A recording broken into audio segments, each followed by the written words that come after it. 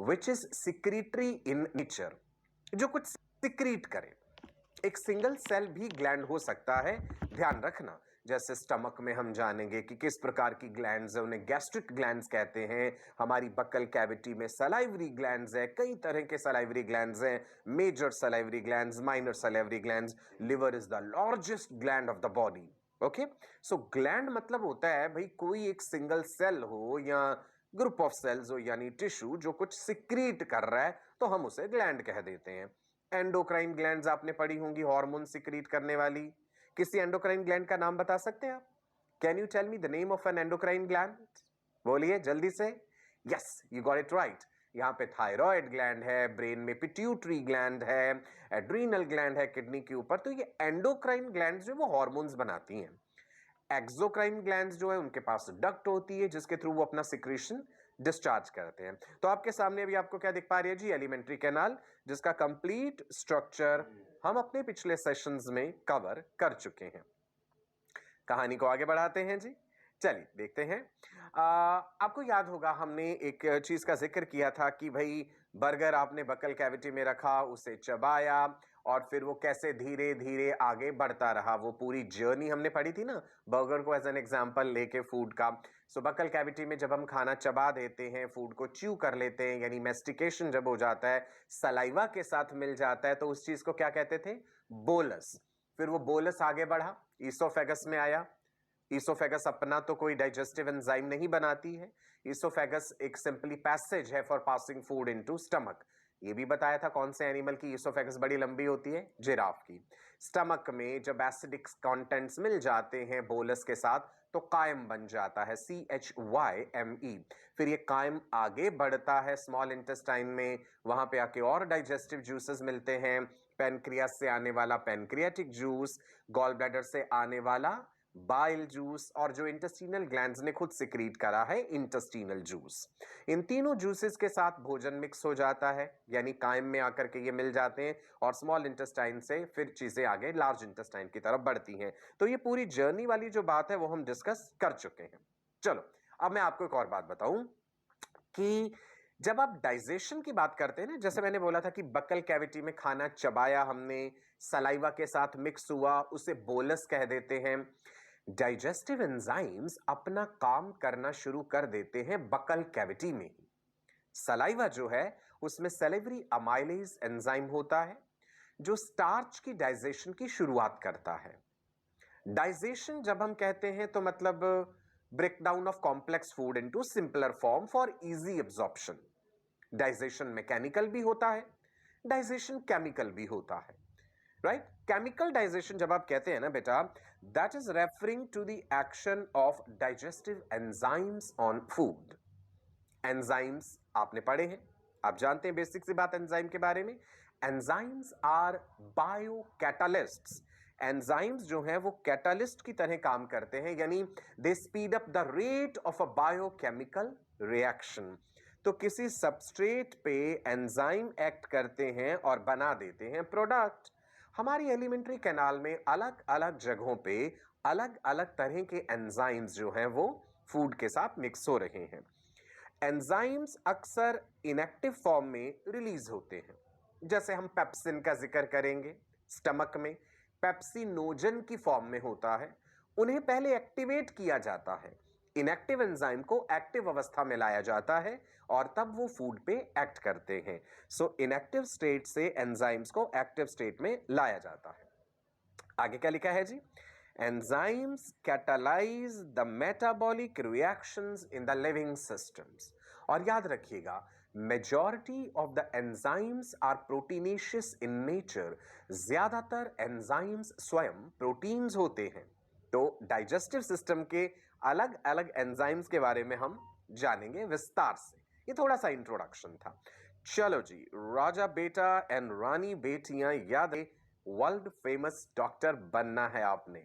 Digestive glands जो है इन्हें मुख्य रूप से हम दो कैटेगरीज में बांट लेंगे। मैंने थोड़ी देर पहले ही बताया, ग्लैंड मतलब एनी सेल और टिश्यू।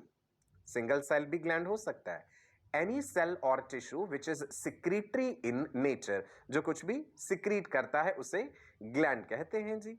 डाइजेस्टिव ग्लैंड को मुख्य रूप से हम दो भागों में बांट लेते हैं, राइट। एक होती हैं एक्सेसरी डाइजेस्टिव ग्लैंड्स और दूसरी हैं digestive glands within the alimentary canal. जो हमारी एलिमेंट्री कैनाल है पूरी, इसकी वॉल में भी बीच बीच में कई जगहों पे ग्लैंड्यूलर सेल्स पाए जाते हैं, जैसे स्टमक में गैस्ट्रिक ग्लैंड्स, इंटेस्टाइन जो है हमारी इंटेस्टाइन की वॉल में इंटेस्टिनल ग्लैंड्स, राइट जी। सो हमने दो चीजें मेन पढ़नी है, आप लिख लीजिए अगर आप रनिंग नोट्स बना रहे हैं। कौन कौन सी दो चीजें जी? Accessory digestive glands and glands within the alimentary canal, right. बढ़े आगे, चलो एक्सेसरी डाइजेस्टिव ग्लैंड्स में हमारे पास क्या है देखते हैं जी। एक्सेसरी डाइजेस्टिव ग्लैंड्स में हम डिस्कस करेंगे एक तो लिवर के बारे में, सलाइवरी ग्लैंड्स के बारे में एंड पेनक्रियास के बारे में। ये रहा जी एक्सेसरी डाइजेस्टिव ग्लैंड्स। नंबर 1 पे सलाइवरी ग्लैंड्स, नाम से अंदाजा लग रहा है सलाइवा सिक्रीट करते हैं, आपने पढ़ा भी है ऑलरेडी, है ना। 10th क्लास में भी आपने ये चीज पढ़ी है डाइजेस्टिव सिस्टम में कि भाई हमारी बक्कल कैविटी में सलाइवरी ग्लैंड्स होते हैं। नाम याद कर लो साथ के साथ कौन कौन से, मैंने पूछने हैं आपसे। सबसे बड़ी कौन सी है, सबसे छोटी कौन सी होती है, कितने पेयर्स हैं सलाइवरी ग्लैंड्स के ह्यूमंस में। लिवर के बारे में जानेंगे, गॉल ब्लैडर के बारे में जानेंगे एंड पेनक्रियास के बारे में भी जानेंगे। चलो आपको एक इंटरेस्टिंग बात बताता हूं, शायद आप में से कुछ लोगों को पता भी हो। Have you ever heard of this thing tasteless tongue, right जी। शॉग्रेन्स सिम्टम्स हैं, शॉग्रेन्स सिंड्रोम जो होता है उसके कुछ सिम्टम्स हैं, dry eyes, dry mouth, right. ये जो क्लिनिकल कंडीशन में आपको बता रहा हूं, इसमें क्या है, माउथ ड्राई होने लगता है, मुंह सूखने लगता है, सलाइवा सिक्रेशन बहुत कम हो जाता है, आंखें भी जो है वो ड्राई हो जाती हैं। पेशेंट किसी चीज का टेस्ट नहीं कर पाता। आप जानते हैं टेस्ट के लिए टेस्ट बर्ड्स जो हैं हमारी जुबान पे प्रेजेंट है, टंग पे प्रेजेंट है। टंग के बारे में हमने पढ़ा था ना, highly muscular glandular sensory structure which is helping in testing of the food, detecting temperature of the food, swallowing, ingestion, speech. Tongue is acting as a brush to clean your teeth. बहुत सारे काम जो है हमारी जुबान करती है। टंग के ऊपर पैपिले होते हैं, हमने वो भी जाने थे, circumvallate papillae, fungiform papillae, filiform papillae, foliate papillae, ठीक है जी। So taste buds can taste substances only in liquid form. हमारे सलाइवा में पानी भी होता है, म्यूकस भी होता है, तो जब जुबान गीली होगी ना, नम होगी, वहां पे सलाइवा प्रेजेंट है, तभी भोजन का स्वाद आप ले सकते हैं। अब एक एक्सपेरिमेंट भी हम करके देखेंगे, ठीक है जी, जिससे आपको पता चलेगा कि हाँ वाकई ही जुबान जब बिल्कुल ड्राई होगी तो फूड का टेस्ट नहीं ले सकते आप। एक इंपॉर्टेंट चीज बकल कैविटी में हम डिस्कस करेंगे जी यहाँ पे, सलाइवा, जो कि सलाइवरी ग्लैंड्स की सिक्रीशन है। आप जानते हैं सलाइवा लगातार सिक्रीट होता रहता है, चाहे आप खाना खा रहे हैं चाहे आप खाना नहीं खा रहे, एक बेसल फ्लो रेट सलाइवा का बना रहता है। जब हम सो जाते हैं रात के समय, सलाइवा सिक्रीशन गोज डाउन। यही कारण है जब मॉर्निंग में आप सुबह उठते हैं तो आप देखते हैं, महसूस करते हैं कि मुंह में से एक स्मेल आती है, एक अजीब सा टेस्ट हो रखा होता है, कड़वापन सा होता है, फिर हम ब्रश करते हैं और फिर सब कुछ ठीक हो जाता है। ऐसा क्यों? क्योंकि सलाइवा में कुछ एंटी माइक्रोबियल कंपोनेंट्स भी होते हैं, जैसे कि लाइसोजाइम जो बैक्टीरिया को किल करता है। बैक्टीरिया तो हमारी बकल कैविटी में प्रेजेंट ही होते हैं, भाई ध्यान रखिएगा। अब मैं आपको इसका रीजन समझाऊंगा। सलाइवा सिक्रीशन जब डाउन चला जाता है तो जो माइक्रोस्कोपिक फूड पार्टिकल्स हैं उन पे बैक्टीरिया एक्ट करना शुरू करते हैं, एसिड्स बनाते हैं जो दांतों के इनामल को भी इरोड करता है और जो हमें एक बैड ब्रेथ भी देता है। चलिए जी, एक टास्क करना चाहूंगा मैं आपके साथ, special task, the blind taste test. चाहिए क्या आपको, आइटम्स क्या रिक्वायर्ड है भाई, टिश्यू पेपर ले लीजिए एंड कोई भी फूड आइटम, आपको कुकीज पसंद है, विशेष तरह के बिस्किट्स पसंद है, वो ले लीजिए। आपको इसमें जरूरत पड़ेगी एक अपने सहयोगी की, एक साथी की, राइट। अपने भाई बहन को, मॉम डैड फ्रेंड किसी को भी आप साथ ले सकते हैं। सो हमने क्या ले लिया जी, टिश्यू पेपर ले लिया, फूड आइटम रख लिया, बिस्किट रख लिया सपोज, या 2-3 तरह के अलग अलग फूड आइटम्स भी रख सकते हैं। अब हमने क्या करना है जी, आपको ब्लाइंड फोल्ड कर देना है, आंखों पे पट्टी बांध देनी है, पट्टी बांध देनी है ताकि आपको कुछ दिखाई ना दे। फिर आपने अपनी जुबान को जो है टिश्यू पेपर से टच करके सुखा लेना, बिल्कुल ड्राई कर लेना है, राइट। और फिर आप अपने मित्र से कहिए या अपने सहयोगी से कहिए कि आपकी जुबान पे वो कोई फूड आइटम रखे या आपके हाथ में दे और आप उसे अपनी जुबान पे रखिए। क्या आप उसका स्वाद बता पाएंगे? कोशिश कीजिएगा, राइट। आप ये फ्रूट्स के साथ भी ट्राई कर सकते हैं, लेकिन वो ड्राई होने चाहिए, नम नहीं होने चाहिए। So the answer is no. जब आपकी जुबान बिल्कुल सूखी है, आपने उसे टिश्यू पेपर से ड्राई कर दिया, तो आप फूड का टेस्ट नहीं बता पाएंगे। The reason lies in saliva, जो कॉन्टिन्यूसली सिक्रीट हो रहा है।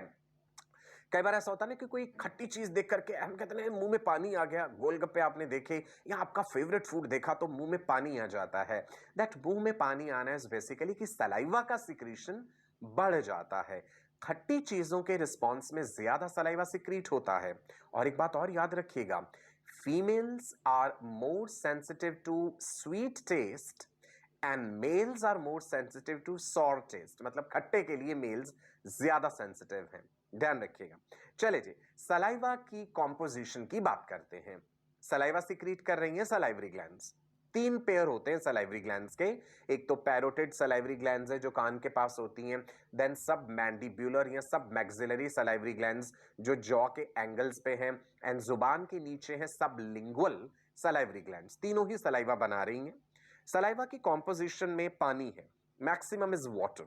इसके अलावा सलाइवा में कई तरह के आयंस भी हैं, सोडियम आयंस हैं, बाइकार्बोनेट आयंस हैं, पोटाशियम भी है। इसके अलावा एंजाइम है सेलेवरी अमाइलेज, जिसको टायलिन या डायस्टेस भी कहते हैं।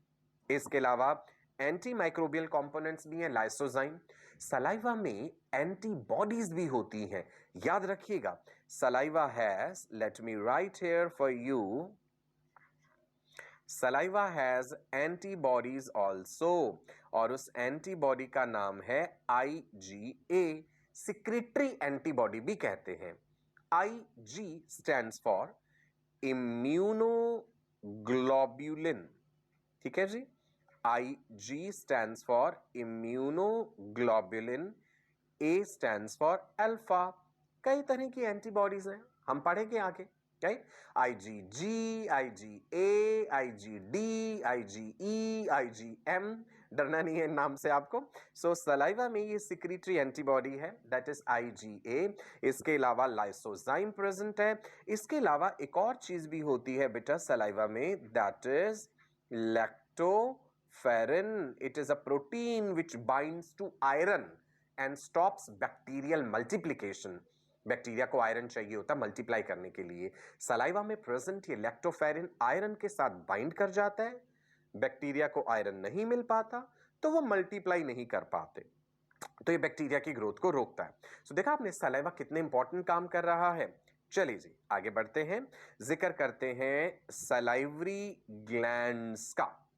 Salivary glands present in your mouth, जो कि क्या कर रही हैं, माउथ में मतलब सलाइवा सिक्रीट कर रही हैं, राइट। अपर बॉडी रीजन में है यहाँ पे। और सभी सलाइवरी ग्लैंड्स हैं, इनका लोकेशन मैं आपको 1 by 1 बताता हूँ जी। सो सलाइवरी ग्लैंड्स क्या है?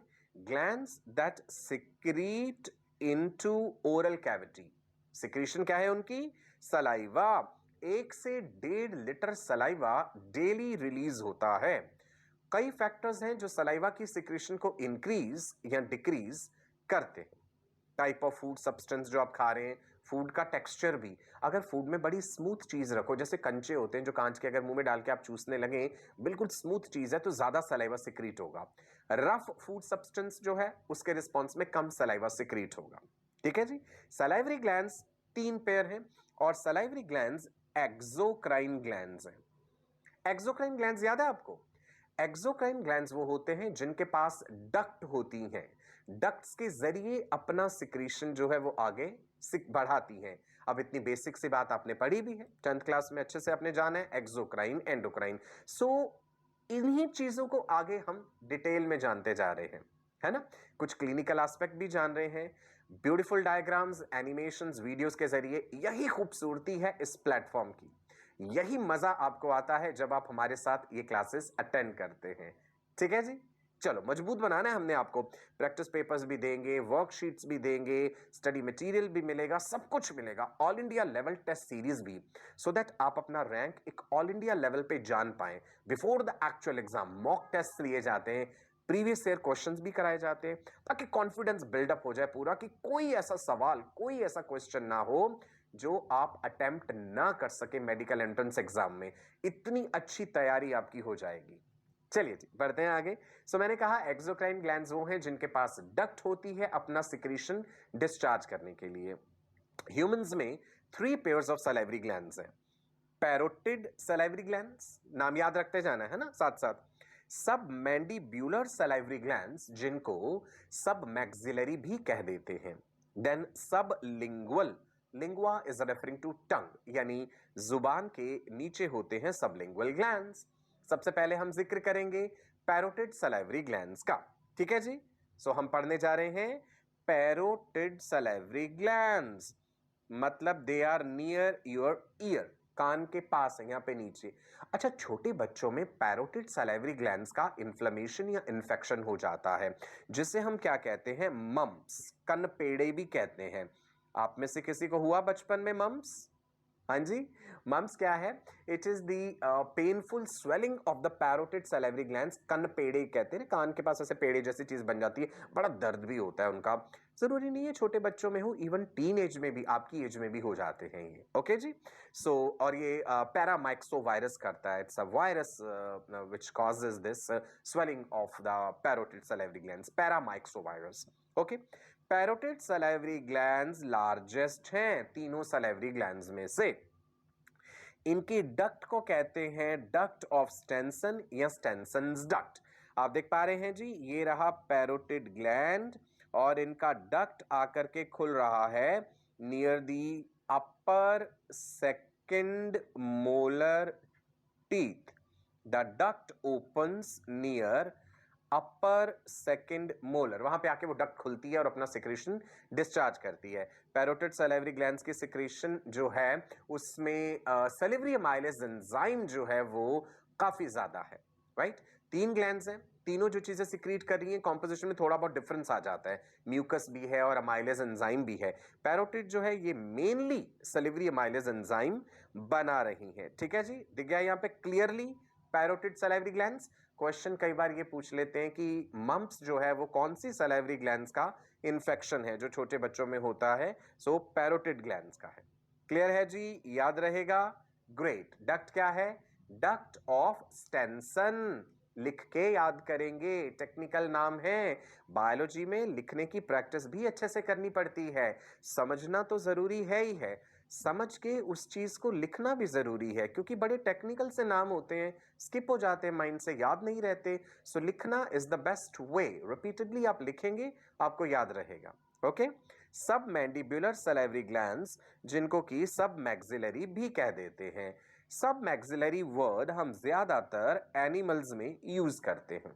Location, these are located at the angles of lower jaw के एंगल्स पे लोकेटेड है, राइट जी। इनकी डक्ट को कहते हैं डक्ट ऑफ वॉर्टन या वॉर्टन्स डक्ट, ये जुबान के नीचे जाकर के खुलती है। These are the second largest salivary glands, second largest salivary gland है और मैक्सिमम सलाइवा ये सिक्रीट करती है। हालांकि पैरोटिड सबसे बड़ी है, वो 20 से 25% सलाइवा सिक्रीट करती है, 70% के करीब सलाइवा जो है वो यहां से रिलीज होता है, राइट जी। डक्ट भी याद रहेगी, that is duct of Wharton या वॉर्टन्स डक्ट। अब आप डायग्राम में देख लीजिए कहां पे आपको दिखाया गया है, submandibular gland. These glands are secreting salivary amylase as well as mucus, दोनों चीजें सिक्रीट कर रही हैं ये, ठीक है जी। तीसरी जो है हमारे पास दैट इज सबलिंगुअल।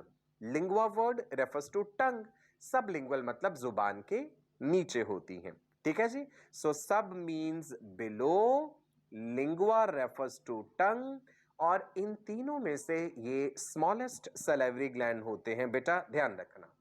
इनकी डक्ट को डक्ट ऑफ रिविनस कहते हैं, बार्थोलिन्स डक्ट भी कह देते हैं, डक्ट ऑफ रिविनस। याद रखना कहां पे खुल रही है, जुबान के नीचे, बिलो द टंग, जो इससे पीछे वाली बताई थी सबमैंडिबुलर, वो भी बिलो द टंग खुल रही हैं। और जो सबसे पहली पैरोटिड बताई, उनकी डक्ट जो है वो जाकर के खुलती है अपर सेकंड मोलर टीथ के पास।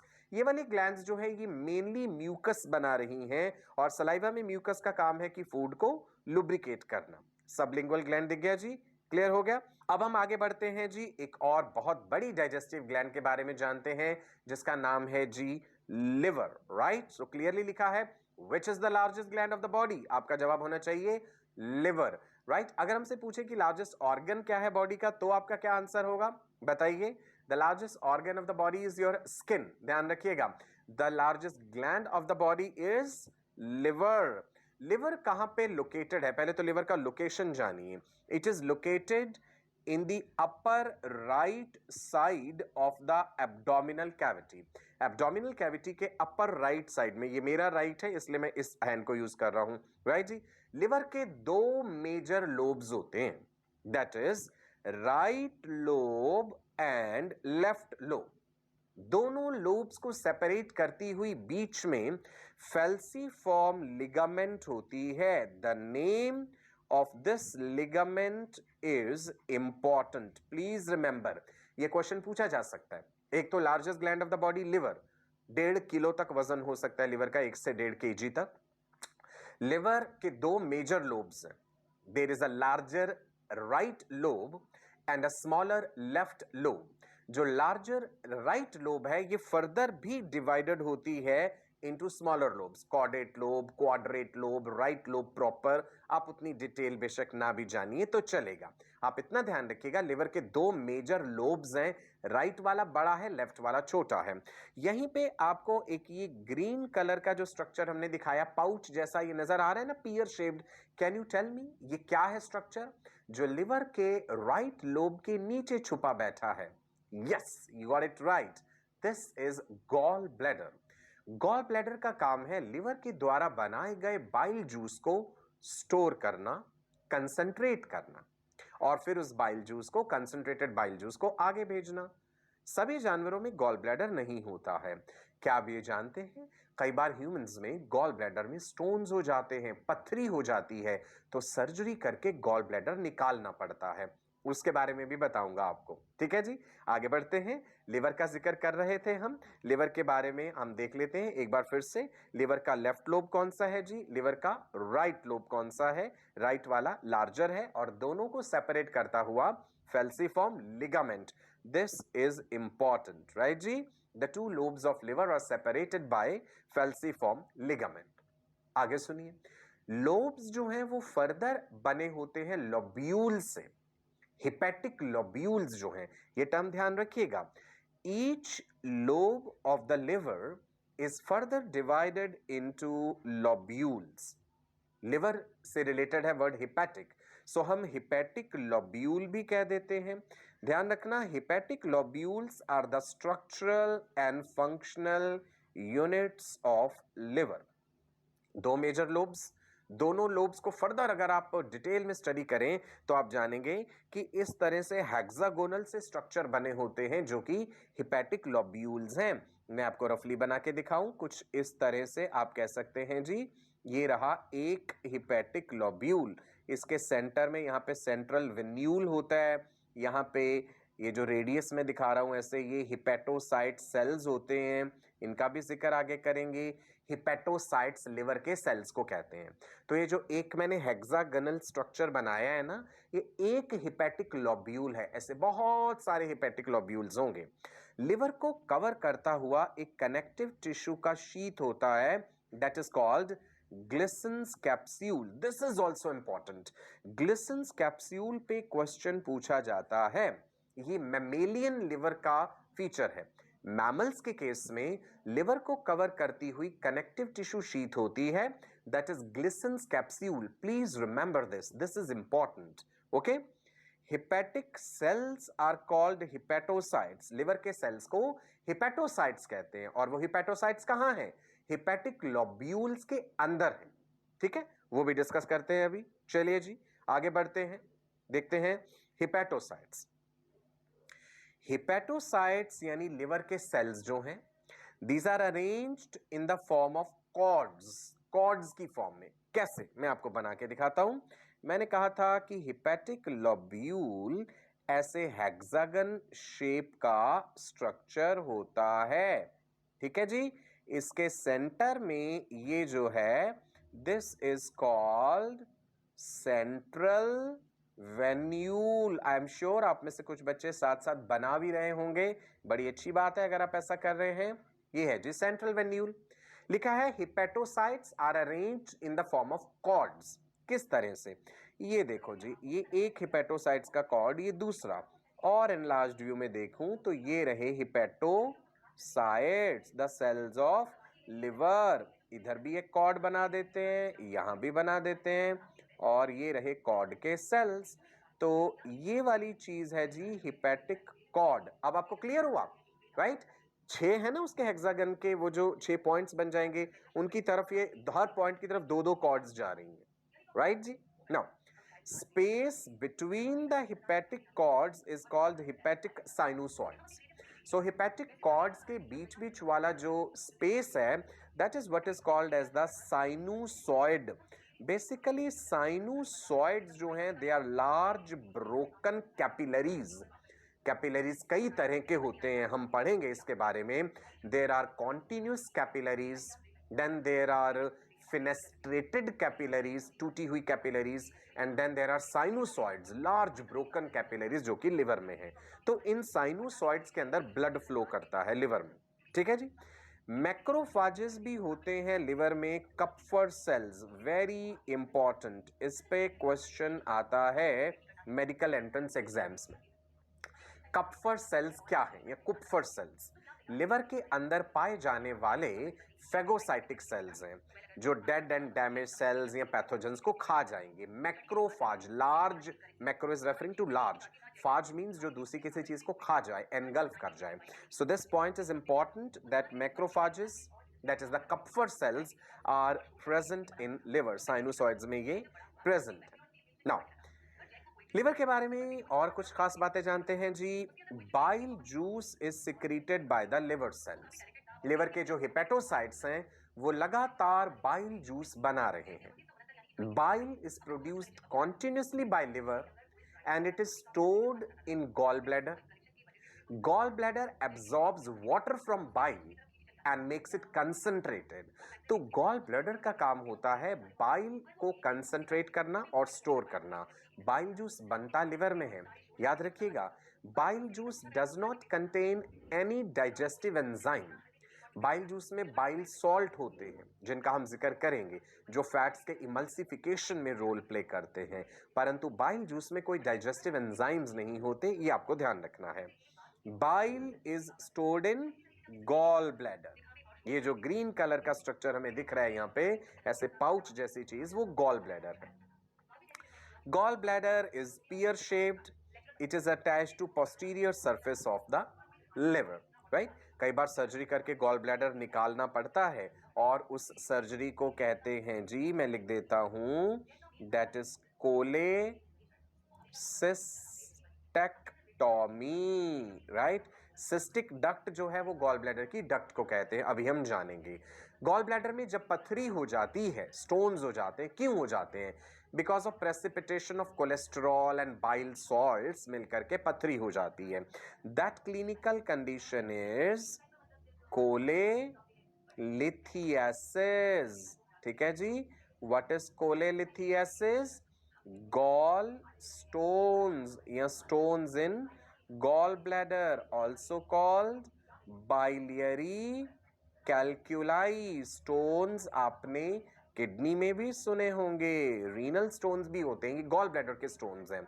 तो स्टोन्स जब हो जाते हैं गॉल ब्लैडर में because of precipitation of cholesterol and bile salt, तो बड़ा सीवियर पेन भी होता है। जब अल्ट्रासाउंड करेंगे, सोनोग्राफी में आपको पता चल जाएगा कि भाई पेशेंट के गॉल ब्लैडर में स्टोन्स हैं, तो हम उसे कहेंगे कि भाई सर्जरी करके आपको गॉल ब्लैडर निकालना पड़ेगा आपका।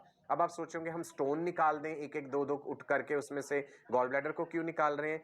दोबारा स्टोन्स बनने की फिर टेंडेंसी हो जाएगी अगर एक बार हो चुकी है और गॉल ब्लैडर डैमेज हो चुका होता है, तो हमें गॉल ब्लैडर निकाल देना पड़ता है। The surgery is called cholecystectomy. Tomy in biology refers to cutting. कई चीजों में आप आगे पढ़ेंगे टॉमी वर्ड यूज हो रहा है। वेसेक्टॉमी आपने सुना होगा, मेल्स में वास्ट डिफरेंस का कटिंग जो हम करते हैं वेसेक्टमी, यूट्रस का रिमूवल, फीमेल्स में hysterectomy. So tomy refers to cut. Cholecystectomy जब हम कर देंगे पेशेंट का, गॉल ब्लैडर रिमूव कर देंगे। अब आप सोचोगे गॉल ब्लैडर हटा दिया तो उसका काम कौन करेगा? भाई गॉल ब्लैडर का काम था बाइल जूस को कंसंट्रेट करके आगे भेजना।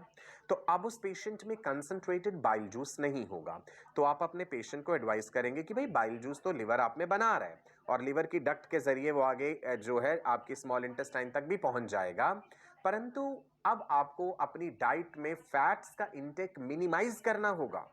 The patient is advised to minimize the intake of fats in diet because fats की डाइजेशन में समस्या आएगी, क्योंकि फैट्स को डाइजेस्ट करने के लिए कंसंट्रेटेड बाइल जूस में से हमें जो है बाइल सॉल्ट चाहिए होते हैं। सो ये चीज है, ये एक हिदायत है, इंस्ट्रक्शन है जो हम पेशेंट को दे देंगे। ठीक है जी, cholecystectomy clear. What is cholelithiasis? Formation of stones in the gall bladder, right ji.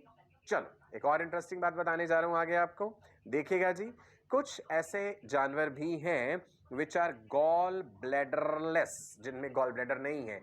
Rat में, वेल में, horse, zebra, ass, donkey, rhinoceros, tapir, बहुत सारे जानवर हैं जिनमें गॉल ब्लैडर नहीं होता है। सो गॉल ब्लैडर कोई जीवन के लिए अति आवश्यक चीज नहीं है, ध्यान रखिएगा, राइट जी। सो बड़ी खूबसूरत से तरीके से आपको ये दिखाया गया है कि बहुत से जानवर हैं जिनमें गॉल ब्लैडर नहीं है, जिसमें से दो जानवरों की एग्जाम्पल आपको देखने को मिल रही है, that is about rat and horse. चलो अब जिक्र करते हैं कि लिवर जो कि largest gland of the body है, इसके क्या क्या फंक्शंस हैं। लिवर बहुत सारे काम करता है, ठीक है जी। बाइल जूस बनाता है, ये तो हमने देख ही लिया। लिवर में डिटॉक्सिफिकेशन हो रहा है, जो टॉक्सिक सब्सटेंसेस हैं उनको हार्मलेस सब्सटेंसेस में कन्वर्ट किया जाता है। लिवर में हेमोपोएसिस भी होता है। Haemo refers to blood and poiesis refers to formation, right. जब एक फीटस मदर के यूट्रस में डेवलप हो रहा है, उस समय आरबीसीज जो हैं, रेड ब्लड कॉर्पसेल्स, लिवर में बनते हैं। ये ध्यान रखिएगा, liver is the site for the formation of RBCs, right. Liver में बहुत सारी चीजें स्टोर होती हैं, जैसे भाई ग्लूकोज कन्वर्ट हो जाता है ग्लाइकोजन की फॉर्म में, वो लिवर में स्टोर रहता है। इसके अलावा liver can store vitamin B1, B2, B12, biotin, vitamin के, जिंक, आयरन, कॉपर, कितनी सारी चीजें लिवर स्टोर कर लेता है। फिर से बोल दूं, zinc, iron, copper, vitamin B1, B2, B12, biotin, vitamin के, और इसके अलावा लिवर बीटा कैरोटीन से विटामिन ए बना भी लेता है। ध्यान रखना, विटामिन ए स्टोर भी होता है लिवर में, और विटामिन ए बीटा कैरोटीन से लिवर में बन भी जाता है। कार्बोहाइड्रेट्स का मेटाबॉलिज्म लिवर में हो रहा है। ग्लूकोज ग्लाइकोजन में परिवर्तित हो रहा है, ग्लाइकोजन से टूट के ग्लूकोज लिवर में बनता है, राइट। ग्लूकोज का भी ब्रेकडाउन होता है, ग्लूकोज फ्रक्टोज में भी परिवर्तित होता है। सो बहुत सारे फंक्शंस हैं जो कार्बोहाइड्रेट से रिलेटेड है। फेगोसाइटोसिस, थोड़ी देर पहले ही मैंने बताया, कपफर सेल्स का जिक्र किया था ना। फेगोसाइटिक सेल्स हैं लिवर के, डेड एंड डैमेज सेल्स को, पैथोजेंस को खा जाते हैं। Deamination, another important function. Amino acids जो होते हैं, डी अमाइनेशन आपको समझाता हूं। Proteins are made up of amino acids. Amino acid के अंदर अमाइनो ग्रुप होता है, तभी अमीनो एसिड कहा। तो उस अमीनो एसिड का अमाइनो ग्रुप टूटता है, डी अमाइनेशन लिवर में होता है। सो लिवर में अमोनिया, कार्बन डाइऑक्साइड मिल करके यूरिया बनाते हैं, ये भी आपको ध्यान रखना है। Synthesis of urea occurs in liver, urea cycle जैसे हम कहते हैं।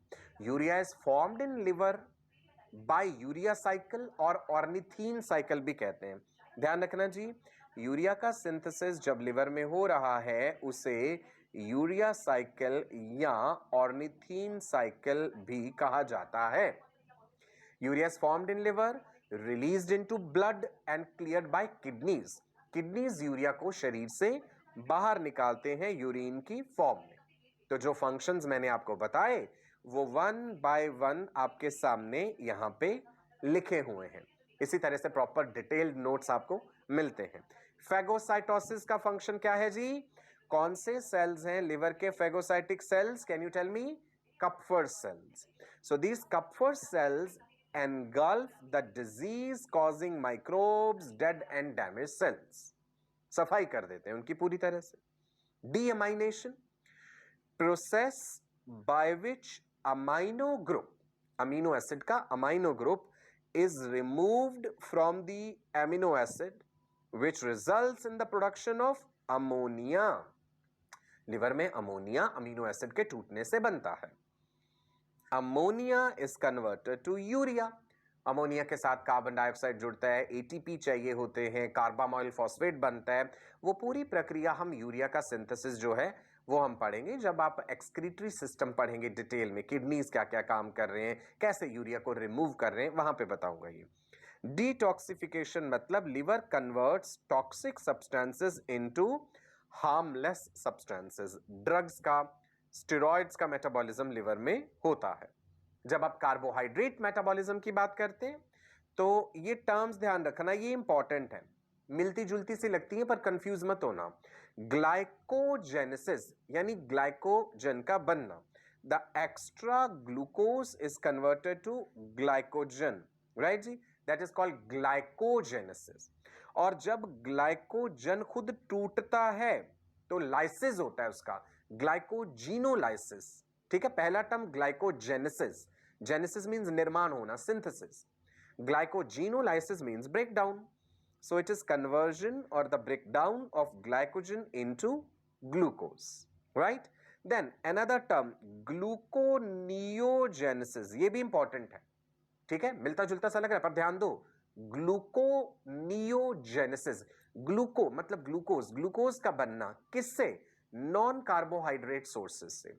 हमारा शरीर नॉन कार्बोहाइड्रेट्स को यानी अमीनो एसिड्स को, फैटी एसिड्स को भी ग्लूकोज में बदल सकता है.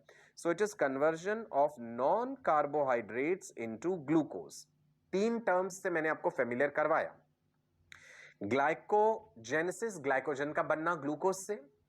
ग्लाइकोजीनोलाइसिस, ग्लाइकोजन का टूटना ग्लूकोज में. Gluconeogenesis, formation of glucose from non carbohydrate sources जैसे अमीनो एसिड्स, राइट जी. Then another term is glyconeogenesis यानी synthesis of glycogen from lactic acid. हमारा लिवर लैक्टिक एसिड्स को भी ग्लाइकोजन में परिवर्तित कर सकता है. That is glyconeogenesis. चार टर्म्स आपके सामने आई हैं. यही खूबसूरती है, डिटेल्ड एकदम आपको सारी चीजें समझाई जाएंगी. टेक्निकल टर्म्स हैं, बार बार बायोलॉजी में आगे सिलेबस में ये यूज होंगी, तो फेमिलियर हो जाइए जी इनसे. Glycogenesis, glycogenolysis, gluconeogenesis, glyconeogenesis. Great, I am sure you are enjoying the session. चलो जी, पैनक्रियास हम पढ़ रहे हैं. Accessory digestive glands. We have discussed about salivary gland, we have discussed about liver. Now we will be discussing about pancreas. देखिए जी, ये भुट्टे जैसा, कॉर्न जैसा या छल्ली जैसे हम कह देते हैं, उसके जैसा स्ट्रक्चर नजर आ रहा है ना आपको, yellow yellow. This yellow coloured structure is what is pancreas. Deeply located organ है पैनक्रियास. पैनक्रियास का इन्फेक्शन अगर हो जाए, पैनक्रिएटाइटिस, तो उसका इलाज कर पाना काफी कठिन होता है, मुश्किल हो जाता है पैनक्रिएटाइटिस का इलाज, राइट जी. और pancreas second largest digestive gland है और ये एक्सोक्राइन काम भी करता है और एंडोक्राइन काम भी करता है. पैनक्रियाटिक सेल्स जो हैं वो एंजाइम्स भी बना रहे हैं, पैनक्रियाटिक जूस, और वो हार्मोन्स भी बनाते हैं जैसे insulin, glucagon, somatostatin, pancreatic polypeptide. ये हार्मोन्स भी पैनक्रियास के द्वारा बनाए जाते हैं. तो इसलिए हम पैनक्रियास को हेट्रोक्राइन ग्लैंड कह देते हैं कि ये एक्सोक्राइन काम भी कर रहा है, एंडोक्राइन काम भी कर रहा है. ठीक है, आपको गॉल ब्लैडर भी नजर आ रहे हैं, यहाँ पे वो ग्रीन कलर का स्ट्रक्चर, गॉल ब्लैडर की डक्ट नजर आ रही है, सिस्टिक डक्ट. चलो अब आप पैनक्रियास का स्ट्रक्चर देखो ध्यान से. हेड लेबल नजर आ रहा है, ये पैनक्रियास का हेड है. ये पैनक्रियास का नेक रीजन है जो आप स्क्रीन पे देख पा रहे हैं. ये पैनक्रियास की बॉडी है और उसके पीछे पैनक्रियास का टेल रीजन है. सो पैनक्रियास के पूरे स्ट्रक्चर में को हमने head, neck, body and tail में लेबल कर दिया. टेल रीजन में जो है वो सेल्स पाए जाते हैं जो कि एंडोक्राइन सेल्स हैं. आइलिट्स ऑफ लैंगरहैंस उन्हें कहते हैं, अभी लिखा हुआ आपके सामने आ जाएगा, जिसमें alpha cells, beta cells, delta sales होते हैं जो अलग अलग तरह के हार्मोन्स बनाते हैं.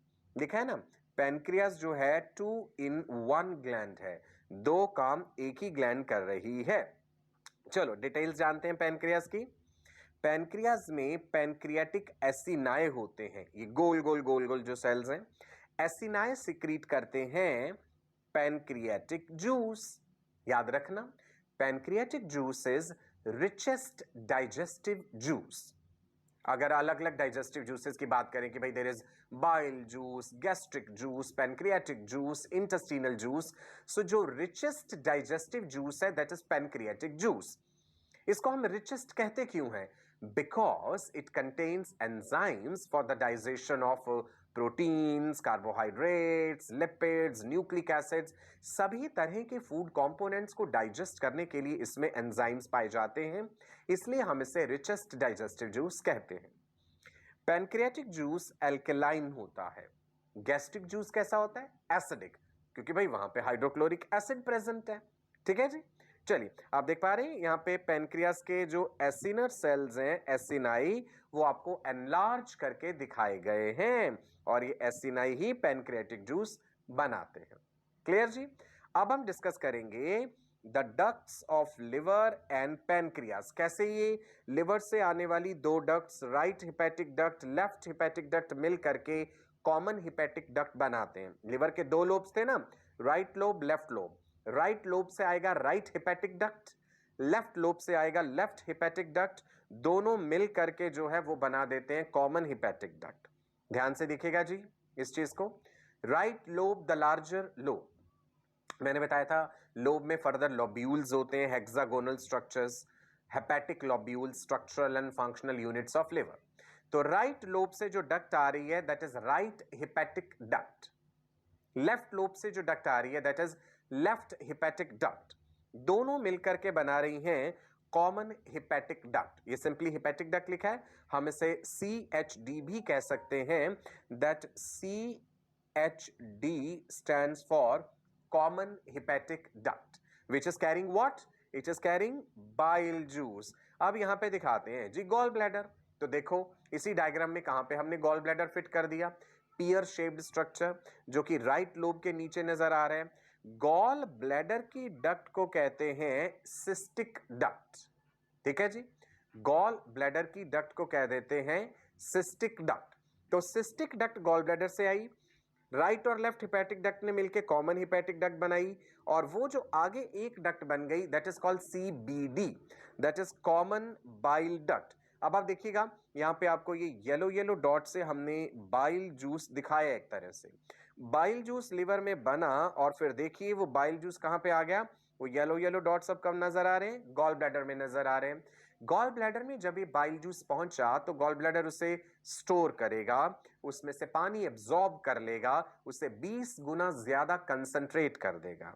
कंसंट्रेट करने के बाद वापस उसी सिस्टिक डक्ट के जरिए ये पहुंच जाता है कॉमन बाइल डक्ट में। ठीक है जी, common bile duct that is CBD।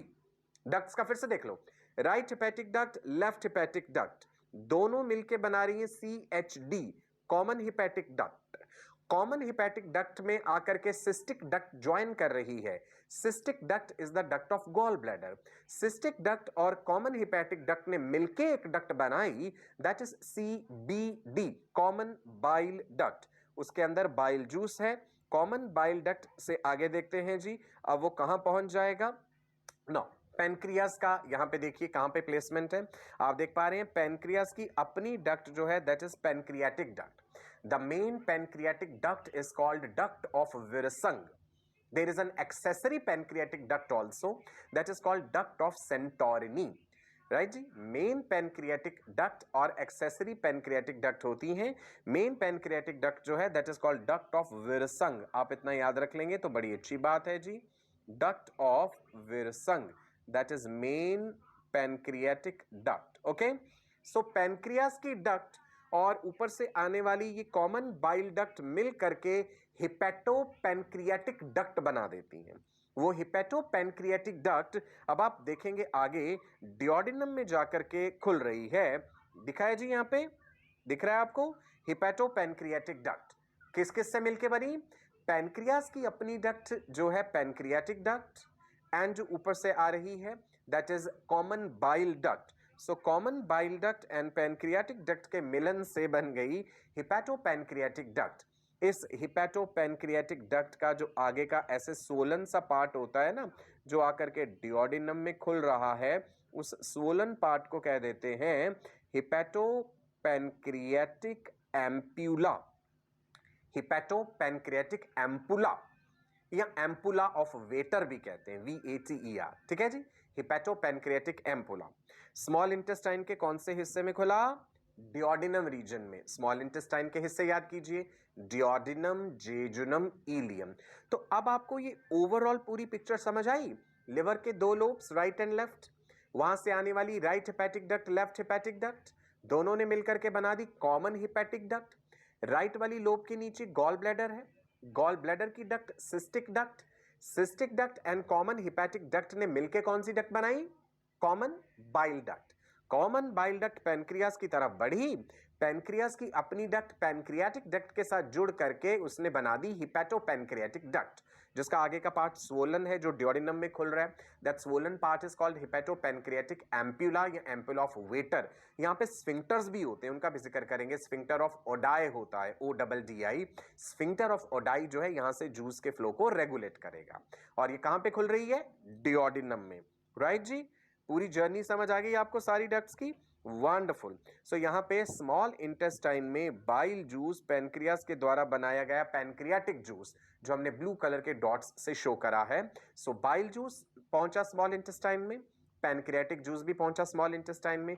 आपको याद है मैंने बोला था small intestine receives 3 digestive juices, bile juice which does not contain any digestive enzyme, then pancreatic juice which is the richest digestive juice, and number 3 is intestinal juice, जैसे कि सकस entericus भी कहते हैं। अब आप ये देखिए, आपको क्या नजर आ रहा है? जलन, है ना, एसिडिटी जिसे हम कह देते हैं, द फायर विद इन अस। ये जलन क्यों है? याद करके देखिए, मैंने स्टमक के बारे में आपको एक बात बताई थी कि गैस्ट्रिक ग्लैंड्स पाए जाते हैं स्टमक में, और ये गैस्ट्रिक ग्लैंड्स जो होते हैं गैस्ट्रिक जूस बनाते हैं, जिसमें हाइड्रोक्लोरिक एसिड होता है। कई बार वो एसिड जो है वो उछल के ऊपर की तरफ आता है हमारे ईसोफेगस में, तो वहां पे जलन होती है, जिसे हम गैस्ट्रो ईसोफेजियल रिफ्लक्स भी कहते हैं, राइट। तो यहां पे अब हमने रोल समझना है उन ग्लैंड्स का, उन डाइजेस्टिव ग्लैंड्स का which are within alimentary canal. अभी तो हमने क्या पढ़ी है? एक्सेसरी डाइजेस्टिव ग्लैंड्स, जिसमें salivary glands, liver, pancreas, gall bladder, इन चीजों का जिक्र कर लिया हमने। एक्सेसरी डाइजेस्टिव ग्लैंड्स के बाद digestive glands within alimentary canal. चलिए, तो गैस्ट्रिक ग्लैंड्स का स्ट्रक्चर देखते हैं जी हम पहले, और उसके बाद देखेंगे इंटेस्टिनल ग्लैंड्स का। जैसा कि मैंने आपको बोला कि गैस्ट्रिक ग्लैंड्स जो हैं वो कहां पाए जाते हैं जी? म्यूकोसा ऑफ स्टमक में, राइट। तो मैं आपको स्टमक का एक सेक्शनल व्यू दिखाऊंगा, स्टमक की अलग अलग लेयर्स दिखाऊंगा। उसमें हम देखेंगे कि क्या है एक्चुअल स्ट्रक्चर गैस्ट्रिक ग्लैंड्स का, एंड अलग अलग तरह के सेल्स जो हैं वो कौन से हैं, चीफ सेल्स क्या सिक्रीट करते हैं, ऑक्जेंटिक सेल्स क्या सिक्रीट करते हैं, ये सारी बातें हम जानेंगे। सो देखते हैं जी, histology of alimentary canal, right.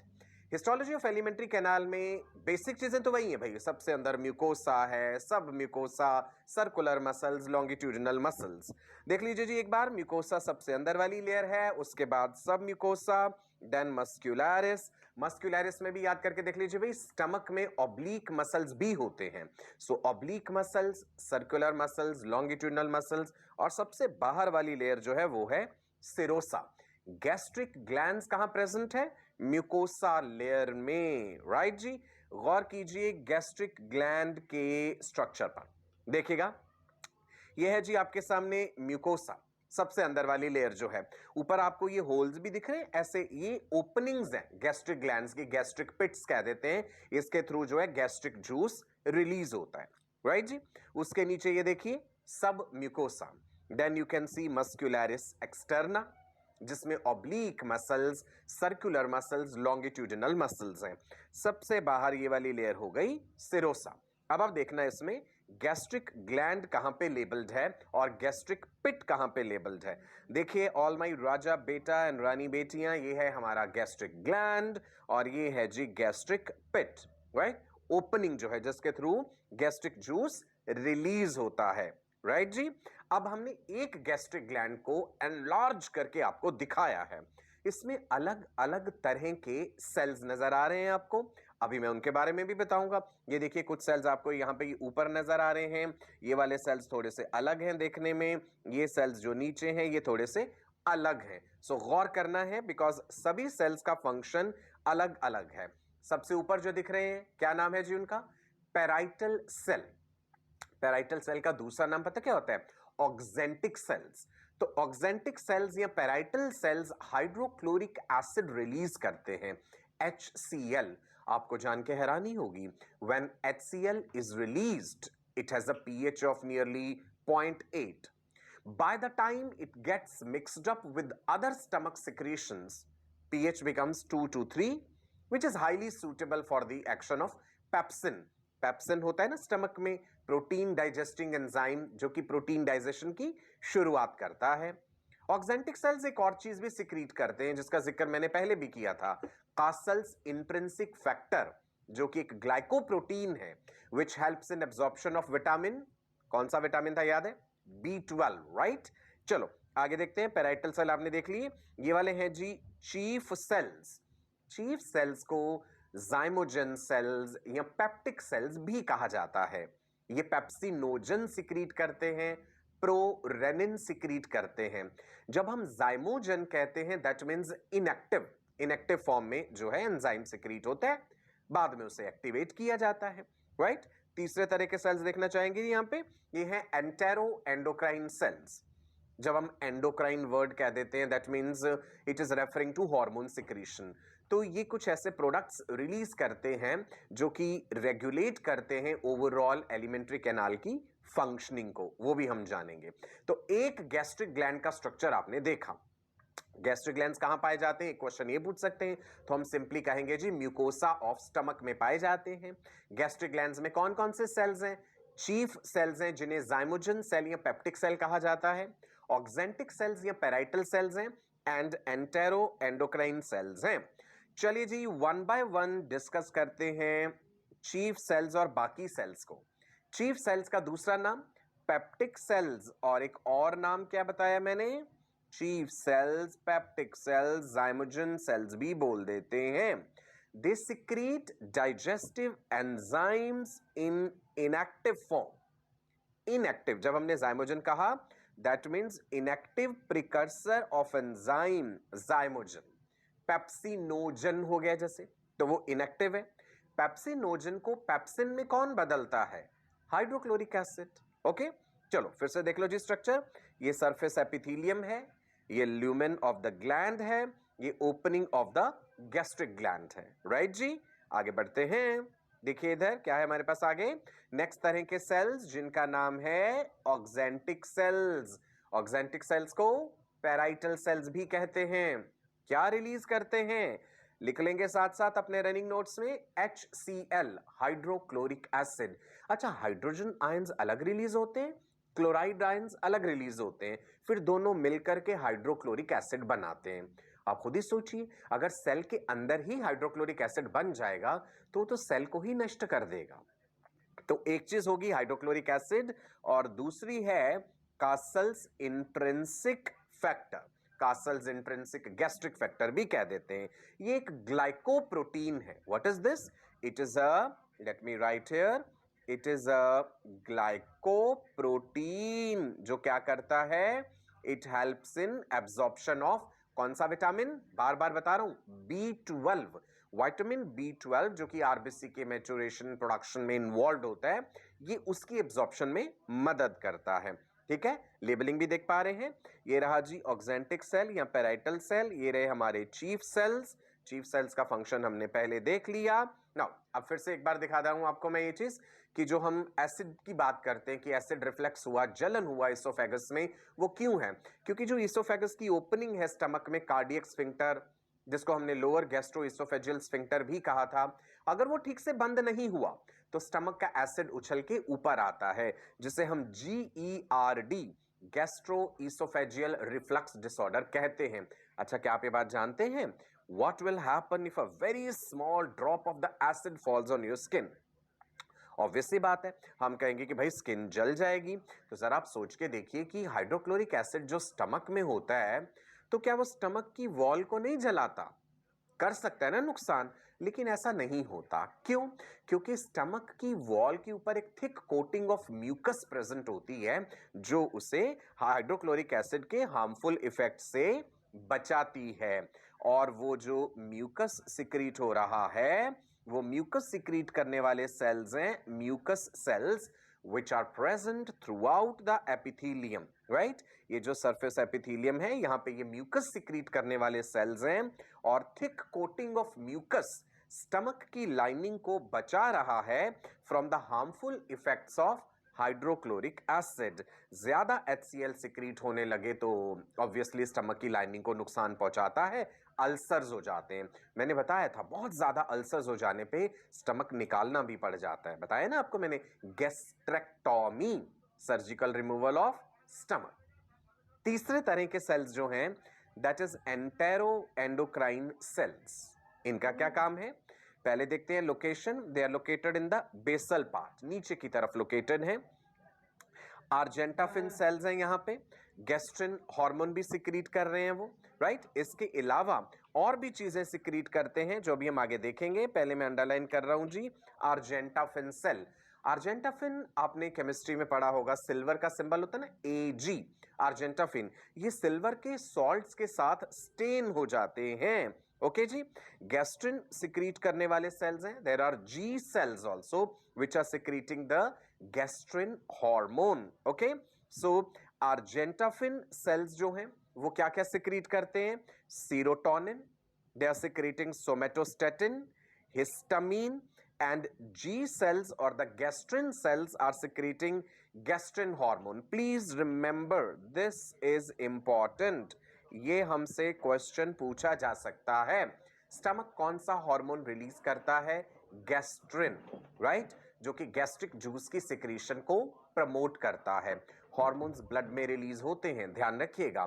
Blood transports the hormones, right? Now argentaffin cells क्या है? जो कि सिल्वर के सॉल्ट के साथ स्टेन होते हैं। सीरोटोनिन एक वेसो कॉन्स्ट्रिक्टर है जो ब्लड वेसल्स को कॉन्स्ट्रिक्ट करता है। ध्यान रखेंगे, सीरोटोनिन के बारे में हम और भी डिटेल्स जानेंगे आने वाले सेशंस में। Serotonin is a वेसो constrictor. Histamine जो है ये वेसो डायलेटर है, ये ब्लड वेसल्स को डायलेट कर देता है। कॉन्स्ट्रिक्ट मतलब छोटा कर देना, डायलेट मतलब फैला देना। क्लियर है जी? सो हार्मोन सिक्रीटिंग सेल्स भी नजर आए हमें गैस्ट्रिक ग्लैंड्स में। नाउ हम क्या डिस्कस कर रहे हैं? Digestive glands within alimentary canal. पहले हमने एक्सेसरी डाइजेस्टिव ग्लैंड्स डिस्कस करे, liver, gall bladder, pancreas, salivary glands. फिर हमने शुरुआत करी उन ग्लैंड्स की which are within the wall of the alimentary canal, जहां पे हमने स्टमक में पढ़े गैस्ट्रिक ग्लैंड्स। तो अब हमें क्या पढ़ना है जी? जो इंटेस्टाइन में प्रेजेंट है intestinal glands, right? Intestinal glands secrete करते हैं इंटेस्टिनल जूस। इंटेस्टिनल जूस को एक और नाम भी दिया जाता है जो कि मैंने पहले भी कई बार जिक्र करा है, that is succus entericus. What is succus entericus? Intestinal juice कौन बनाता है? Intestinal glands. ठीक है जी, चलो इंटेस्टिनल ग्लैंड्स में पहले जिक्र करते हैं ब्रूनर्स ग्लैंड्स का। ये भी इंपॉर्टेंट है। सब म्यूकोसा लेयर ऑफ डियोडिनम। आप अपने रनिंग नोट्स में ये बात लिख लीजिए कि ब्रूनर्स ग्लैंड्स का लोकेशन क्या है। जैसे गैस्ट्रिक ग्लैंड्स का लोकेशन है mucosa of stomach, Brunner's glands का लोकेशन है सब म्यूकोसा ऑफ द डियोडिनम, मेनली डियोडिनम में। Brunner's glands open into crypts of Leiberkuchen. Crypts of Leiberkuchen भी याद कीजिए। स्मॉल इंटेस्टाइन की हिस्टोलॉजी बताई मैंने आपको। सो वहां पे हमने पढ़ा था फोल्ड्स ऑफ कैरक्रिंग हैं, विलाए हैं, माइक्रोविलाए हैं। तो ये देखिए एक सिंगल विलाय यानी विलर्स। यहाँ पे विलाय अगर हम बनाएं तो ऐसे दिखाते हैं हम, ऊपर को विलाय और जो नीचे को ये हम दिखा रहे हैं इन्वेजिनेशन, ये डीप डाउन जो जा रहा है ये है जी हमारी duct of the Brunner's gland जो यहाँ पे ओपन हो रहा है। ये क्रिप्ट है, crypt of Lieberkühn. Can you see this region? This is the crypt of Lieberkühn. ये इंटेस्टाइन का अपना एपिथेलियम है और ब्रूनस ग्लैंड सिक्रीट क्या करती हैं? ब्रूनस ग्लैंड बाइकार्बोनेट आयंस बनाती हैं। ये देख लीजिए, ये ब्रूनस ग्लैंड्स का लोकेशन है। बाइकार्बोनेट आयंस है, म्यूकस है और बहुत स्मॉल अमाउंट में एंजाइम्स भी बनाती हैं। क्रिप्स ऑफ लाइबरकुहन जो है साइंटिस्ट के नाम से है, तो प्लीज ध्यान रखिएगा, क्रिप्स ऑफ लाइबरकुहन, स्पेलिंग भी लिख लीजिए। सिंपल टिब्यूलर स्ट्रक्चर्स हैं, ट्यूब लाइक स्ट्रक्चर्स हैं। They are present throughout the small intestine between the villi. ये एक विलाय, ये दूसरा विलाय, इसके दोनों विलाय के बीच में जो नीचे को डिप्रेशन है ना, उस रीजन को हम क्रिप्ट ऑफ लाइबरकुहन कह देते हैं। So they are present throughout the small intestine between the villi. अब एक चीज और ध्यान रखिएगा, यहां पे खास तरह के सेल्स हैं, पेनेथ सेल्स, PANETH। पेनेथ सेल्स जो है वो लाइसोजाइम बनाते हैं, ध्यान रखना है हमने, क्या बनाते हैं पेनेथ सेल्स? लाइसोजाइम। गॉबलेट सेल्स जो है इंटेस्टाइन में, ये भी इंपॉर्टेंट है, ये म्यूकस सिक्रीट करते हैं, राइट? ये हिस्टोलॉजी वाला पार्ट है ना, इस पे क्वेश्चंस पूछे जाते हैं मेडिकल एंट्रेंस एग्जाम्स में। क्लियर है जी? Crypts of Lieberkühn, right? आगे बढ़ सकते हैं। इतनी बातें सबको क्लियर? क्या पढ़ रहे हैं जी हम? हमारी इंटेस्टाइन के अंदर जो ग्लैंड्स हैं, इंटेस्टिनल ग्लैंड्स, ब्रूनस ग्लैंड्स बताया, क्रिप्ट ऑफ लाइबरकुहन बताया, और ये सिक्रीट क्या कर रहे हैं? Intestinal juice. इंटेस्टिनल जूस का दूसरा नाम सकस एंटेरिकस। चलो एक बार फिर से बता दूं, डाइजेस्टिव ग्लैंड्स में एक्सेसरी डाइजेस्टिव ग्लैंड्स में हमने पढ़ा salivary glands, 3 pair, parotid salivary glands, सब मैंडिबुलर और the sub maxillary glands, and जुबान के नीचे जो थे सबलिंगुअल ग्लैंड्स जो कि सलाइवा बना रहे हैं। देन लिवर के बारे में जाना, largest gland of the body, right lobe of liver, left lobe of liver, right hepatic duct, left hepatic duct, common hepatic duct बन गया। गॉल ब्लैडर की सिस्टिक डक्ट उसके साथ जुड़ी तो कॉमन बाइल डक्ट बन गई, जो पेनक्रियास की डक्ट के साथ मिलके डिओडेनम में खुलता है। सब चीजें याद रखनी है, डॉक्टर बनना है आपको, राइट जी? पेनक्रियास हमने पढ़ लिया, हेट्रोक्राइन ग्लैंड है, सेकेंड लार्जेस्ट डाइजेस्टिव ग्लैंड है, एंडोक्राइन काम भी करता है, एक्सोक्राइन काम भी करता है। Pancreatic juice is the richest digestive juice, क्योंकि इसमें हर तरह की फूड कंपोनेंट को डाइजेस्ट करने के एंजाइम्स होते हैं। फिर हमने जाना जी digestive glands in the wall of alimentary canal, जहां पे gastric glands and intestinal glands को हमने समझा, राइट? अब हमारे पास आगे क्या है जी? हमारे पास आगे है प्रोसेस ऑफ डाइजेशन। हमने डाइजेस्टिव सिस्टम में मुख्य रूप से 2 चीजें पढ़नी थी। नंबर 1, पूरी एलिमेंट्री कैनाल का स्ट्रक्चर और उससे जुड़ी हुई ग्लैंड्स, माउथ से लेके एनस तक हमने पूरा स्ट्रक्चर समझा। अब हमने पढ़ना है process of digestion. What is digestion? पहले भी जिक्र किया था, breakdown of complex food into simpler form for easy absorption, right जी? So the process of mechanical and chemical breakdown of complex nutrients into simple form is what is digestion. ठीक है जी? Now जब आप कहते हैं कि जो भी फूड कंपोनेंट्स हैं इसमें से कौन कौन से हैं जो डाइजेस्ट होने चाहिए और कौन कौन से नहीं होने चाहिए, सो पहले याद कीजिए कि हमारी डाइट के मेन कंपोनेंट्स क्या हैं। रोजाना हम प्रोटीन्स खाते हैं, कार्बोहाइड्रेट्स खाते हैं, लिपिड्स खाते हैं, nucleic acids, vitamins, minerals, water, ये सब लेते हैं हम अपनी डाइट में, है ना? किन 3 चीजों की डाइजेशन की जरूरत नहीं होती, याद कीजिए जरा। Vitamins, minerals and water, they do not require digestion because they are already in their simplified form। और डाइजेशन उसी चीज का होता है जो कॉम्प्लेक्स हो, जो एब्जॉर्ब नहीं हो सकती। डाइजेशन का मेन मकसद है कॉम्प्लेक्स चीजों को सिंपलर फॉर्म में तोड़ना तो कि आसानी से एब्जॉर्ब हो जाए। Vitamins, minerals and water they are already in their simplified form, तो उन्हें डाइजेस्ट करने की जरूरत ही नहीं है, सीधे एब्जॉर्ब हो जाएंगे and they don't provide you energy. Okay, now digestion, chemical digestion and mechanical digestion 2 तरह का है, ठीक है जी? नाउ जब हम कहते हैं chemical digestion, so that chemical digestion is referring to action of digestive enzymes on food. Buccal cavity में खाना रखा, खाना चबाना शुरू करा, वहां पे जो कॉम्प्लेक्स सब्सटेंसेस हैं वो सिंपल सब्सटेंसेस में कन्वर्ट हुए, किसकी मदद से? एंजाइम। और कौन सा कॉम्प्लेक्स सब्सटेंस बकल कैविटी में डाइजेस्ट होना शुरू हो जाता है? द आंसर इज स्टार्च, पका हुआ स्टार्च। जैसे हम रोटी या ब्रेड जब खाते हैं, भाई थोड़ी देर तक उसे चबाते रहो, चबाते चबाते मीठा स्वाद आने लग जाता है ना। वो इसलिए बिकॉज जो सेलिवरी अमाइलेज एंजाइम है वो ब्रेक करना शुरू कर देता है स्टार्च को into maltose, isomaltose, limit dextrins, simple sugars के कारण मीठा टेस्ट आता है। सो बकल कैविटी में केमिकल डाइजेशन भी शुरू हो जाता है और मैकेनिकल भी। भाई दांतों से खाना चबाया, मैकेनिकली टूटा, सरफेस एरिया बढ़ गया ना उसका। सो ध्यान रखना ये चीज, राइट जी। नाउ डाइजेस्टिव ग्लैंड्स ने डाइजेस्टिव एंजाइम्स बनाए, कार्बोहाइड्रेट्स को डाइजेस्ट करने के लिए कार्बोहाइड्रेसेस, प्रोटीन्स को डाइजेस्ट करने के लिए प्रोटीनेसिस, फैट्स के लिए लाइपेसिस, न्यूक्लिक एसिड्स के लिए न्यूक्लियसिस। न्यूक्लिक एसिड भी हमारी डाइट का माइनर कंपोनेंट है। जो भी चीज आप खाते हैं बना तो अल्टीमेटली सेल से ही है, सेल में न्यूक्लियस है जहां पे डीएनए भी है ना। सो वो भी हमारी डाइट का पार्ट होते हैं न्यूक्लिक एसिड्स। पहले जिक्र करते हैं जी कार्बोहाइड्रेसिस का। नाम से अंदाजा लग रहा है, कार्बोहाइड्रेसिस जो कि कार्बोहाइड्रेट्स को तोड़ते हैं। आप रोटी खा रहे हैं, चावल खा रहे हैं, भाई उसमें कार्बोहाइड्रेट तो है ही। दूध पी रहे हैं तो उसमें भी शुगर है।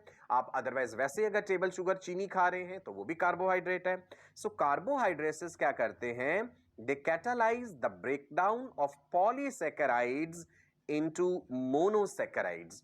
कार्बोहाइड्रेट्स भी कई तरह के हैं। अमाइलेसिस जो है, यहां पे जो जिक्र हुआ है वो अमाइलेसिस का हुआ है जो कि स्टार्च को डाइजेस्ट करेंगे। ऐसे सुक्रोज को डाइजेस्ट करने वाले सुक्रेस होगा। देन अगर मिल्क पिया है जिसमें लैक्टोज शुगर है, उसे डाइजेस्ट करने वाला एंजाइम लैक्टेस होगा। तो कार्बोहाइड्रेसेस एक कंप्लीट कैटेगरी ऑफ एंजाइम्स हो गई जिसमें डाइसैकेराइडेसेस भी आ जाएंगे जो डाइसैकेराइड्स पे एक्ट करेंगे। ध्यान रखना ये चीज, ठीक है जी। सो कार्बोहाइड्रेसेस सैलिवरी ग्लैंड्स बना रही हैं, पैनक्रियाज ने बनाया है, स्मॉल इंटेस्टाइन ने बनाया है। कार्बोहाइड्रेसेस का काम है कार्बोहाइड्रेट्स को, यहां पे पॉलीसैकेराइड एग्जांपल लिया है, जैसे स्टार्च जो हमारी डाइट में है उसको फर्दर तोड़ देना सिंपल यूनिट्स में। जैसे यहां पे मोनोसैकेराइड दिखाया गया है, सिंपल यूनिट में जब टूटेगा तभी वो आसानी से एब्जॉर्ब हो पाएगा। क्लियर है जी। जब आप प्रोटीएसिस या प्रोटीनेसिस की बात करते हैं, इसका मतलब वो एंजाइम्स जो प्रोटीन्स को डाइजेस्ट करेंगे। प्रोटीन्स बने होते हैं एमिनो एसिड से। सो जब प्रोटीन्स डाइजेस्ट हुए, उनके छोटे छोटे टुकड़े हुए, फाइनली एमिनो एसिड्स बन जाते हैं। सो हम कह सकते हैं जी amino acids are the end product of protein digestion. ध्यान रखना, they are simple units, they are absorbed. So proteinases क्या है जी, set of enzymes that catalyze the hydrolysis hydro referring to water का involvement है।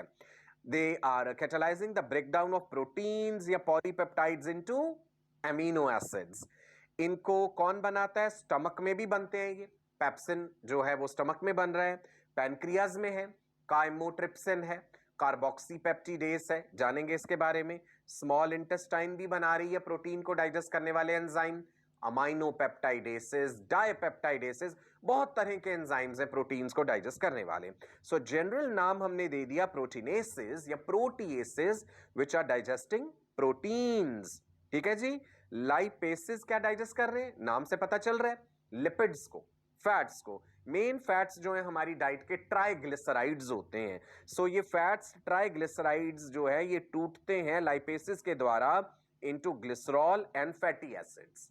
तो हम कह सकते हैं जी end products of fat digestion are glycerol and fatty acids which are absorbed into intestine. Lacteals में एब्जॉर्ब होते हैं। अगर आपको याद हो, ये बात मैंने आपको बताई थी, विलाय के अंदर जो लिम्फ वेसल्स हैं लैक्टियल्स, वहां पे ये and products of fat digestion absorb होते हैं। पढ़ लें एक बार क्या लिखा है जी। लाइपेसेस क्या होते हैं, enzymes that catalyze the breakdown of fats into fatty acid and glycerol। तो जो हमारी डाइट के मेन फैट्स हैं, फैट्स तो एक कंप्लीट कैटेगरी होगी, जो हम ले रहे हैं फैट्स ट्राइग्लिसराइड्स ले रहे हैं हम, ठीक है, ध्यान रखनी है बात। सो पैनक्रियाज बनाते हैं इनको और small intestine, fat digesting enzymes मुख्य रूप से पैनक्रियाज के द्वारा रिलीज होते हैं। पैनक्रियाटिक लाइपेस कहते हैं उसे। इंटेस्टिनल लाइपेस भी होता है, उसका भी डिस्कशन करेंगे हम, राइट जी। न्यूक्लियसिस नाम से अंदाजा लग गया। डीएनएसिस डीएनए को तोड़ने वाले, आरएनएसिस आरएनए को तोड़ने वाले। सो न्यूक्लियेसिस जब हमने कहा है मतलब न्यूक्लिक एसिड्स को, डीएनए या आरएनए को फाइनली ये तोड़ देते हैं। अब इसमें न्यूक्लियोटाइडेसिस भी होते हैं, न्यूक्लियोसाइडेसिस भी होते हैं, बिकॉज न्यूक्लिक एसिड जब टूटते हैं पहले न्यूक्लियोटाइड में तोड़ते हैं, न्यूक्लियोटाइड को न्यूक्लियोटाइडेसिस तोड़ते हैं न्यूक्लियोसाइड में, न्यूक्लियोसाइड्स को तोड़ते हैं न्यूक्लियोसाइडेसिस into further nitrogenous bases and all that. ठीक है जी? So nucleases are set of enzymes that catalyze breakdown of nucleic acids, यानी RNA, DNA, RNA ribose nucleic acid, DNA deoxyribose nucleic acid. किस में तोड़ देंगे? उनके कंपोनेंट्स में। क्या है उनके कंपोनेंट? किससे बने हैं वो? शुगर एंड नाइट्रोजनस बेसिस से मिलकर के, राइट जी? इनको कौन प्रोड्यूस कर रहा है? Pancreas and small intestine. Pancreas से भी आ रहे हैं न्यूक्लियेसिस एंड स्मॉल इंटेस्टाइन से न्यूक्लियोटाइडेसिस, न्यूक्लियोसाइडेसिस, राइट जी? नाउ एक बात सोचिए, what is the need for the food we eat to get broken down? तोड़ना ही क्यों है उसे? भाई जब तक वो टूटेगा नहीं, छोटा नहीं होगा तो आगे पास ऑन होना मुश्किल हो जाएगा। बकल कैविटी में अगर आप खाना नहीं चबाएंगे, च्यूड फूड प्लस सलाइवा जो कि बोलस बनता है वो नहीं बनेगा, तो आपको स्वेलो करने में डिफिकल्टी होगी ना, किसी चीज को निगलने में। So it is due to the same reason which is keeping the goat going past the fence. समझे अब बात? सो किसी चीज को स्मूथली आगे पास ऑन करने के लिए, उसका सरफेस एरिया बढ़ा देने के लिए हमें उस कॉम्प्लेक्स चीज को सिंपलर फॉर्म में तोड़ना जरूरी है। तो मैकेनिकल डाइजेशन जो है इसका मतलब है breakdown of larger food particles into smaller, जिसका फायदा एक तो स्मूथ मूवमेंट हो जाएगा, आगे पास ऑन हो जाएगी चीज, दूसरा सरफेस एरिया बढ़ जाएगा which is going to facilitate the enzyme action. तो जिक्र करते हैं जी मैकेनिकल डाइजेशन का। मैकेनिकल डाइजेशन में एंजाइम्स इन्वॉल्व नहीं है, केमिकल डाइजेशन में एंजाइम्स इन्वॉल्व हैं। So it is mechanical breakdown of food which is occurring in mouth and stomach. आप कहेंगे माउथ में कैसे? चबाते हैं ना खाना, च्यूइंग होता है ना, दांतों से चबाया तो लार्जर फूड पार्टिकल स्मॉलर हो गए, और स्टमक में चर्निंग मूवमेंट्स होते ही हैं। ठीक है जी? सो मैकेनिकल डाइजेशन आप समझे, केमिकल डाइजेशन आप समझे। Overall what is digestion? Breakdown of complex food into simpler form. किस लिए? मकसद क्या है डाइजेशन का? इजी एब्जॉर्प्शन, चीजों को ऐसी फॉर्म में कन्वर्ट कर देना कि हमारी स्मॉल इंटेस्टाइन में आसानी से एब्जॉर्ब हो जाएं। याद रखिएगा, small intestine is the chief site for digestion and absorption. कुछ चीजें स्टमक में भी एब्जॉर्ब होती हैं, मैंने आपको बताया था। सर्टेन ड्रग्स, एस्पिरिन जो है स्टमक में एब्जॉर्ब हो जाता है, अल्कोहल स्टमक में एब्जॉर्ब हो जाता है, लेकिन मुख्य रूप से हर चीज का एब्जॉर्प्शन मेनली स्मॉल इंटेस्टाइन में है। ठीक है जी? चलिए आज के इस सेशन में इतना ही रखते हैं, आगे कंटिन्यू करेंगे इन चीजों को और गहराई से जानेंगे। मैं आपका अपना डॉक्टर सचिन कपूर अब आपसे विदा लेता हूं, और आपसे ये उम्मीद करता हूं कि आप जो रनिंग नोट्स बना रहे हैं, आप में से जो बच्चे, मैं तो चाहूंगा कि सभी बच्चे बनाएं। सो मेरी ख्वाहिश है कि सभी बच्चे बनाएं ये रनिंग नोट्स। सो आप उन नोट्स को रिवाइज जरूर कीजिए एंड हम आपको आपकी मंजिल तक जरूर पहुंचाएंगे। नमस्कार, bye bye, God bless you all.